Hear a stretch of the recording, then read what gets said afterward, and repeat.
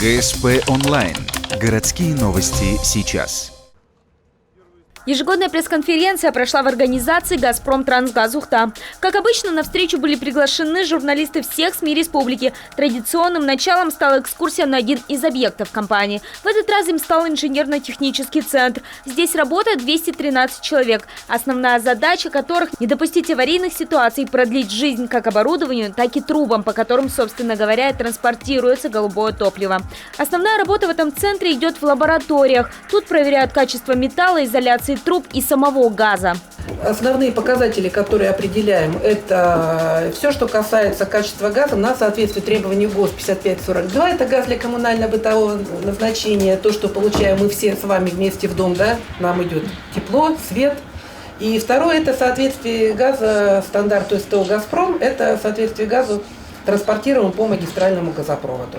К слову, газ, который идет в наши с вами дома, отличается высоким качеством, не имеет сернистых добавлений, соответственно, и не выделяет при сгорании вредных веществ.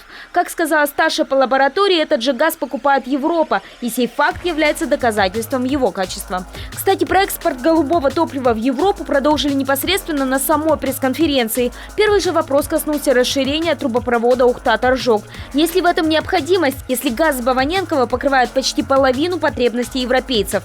Если коротко, на мой взгляд и моя точка зрения, это борьба за рынок сбыта. У «Газпрома» на сегодняшний день, если мне память не изменяет, в Европе рекордный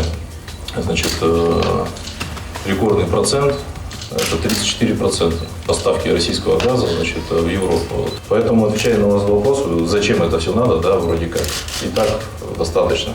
Надо с точки зрения перспективы. Есть прогнозы по росту промышленности, по росту потребления. И «Газпром» здесь, на мой взгляд, очень четко смотрит в будущее. Он эти перспективы видит, перспективы сбыта и просто пытается завоевать, и это делает. Первый вопрос стал, пожалуй, самым масштабным. Остальных же интересовали дела насущные и местные. Например, каковы благотворительные планы предприятия. К сожалению, вынуждены констатировать, «Газпром-Трансгаз Ухта» планирует снижать объемы помощи для города и региона в целом. При этом директор напоминает, мы и так достаточно даем коми, чего только стоят налоги газового гиганта. Одну цифру скажу. Сумма налога на имущество организации, начисленного ПАО «Газпром» за 9 месяцев 2016 года в региональный бюджет Республики Коми 6 миллиардов рублей.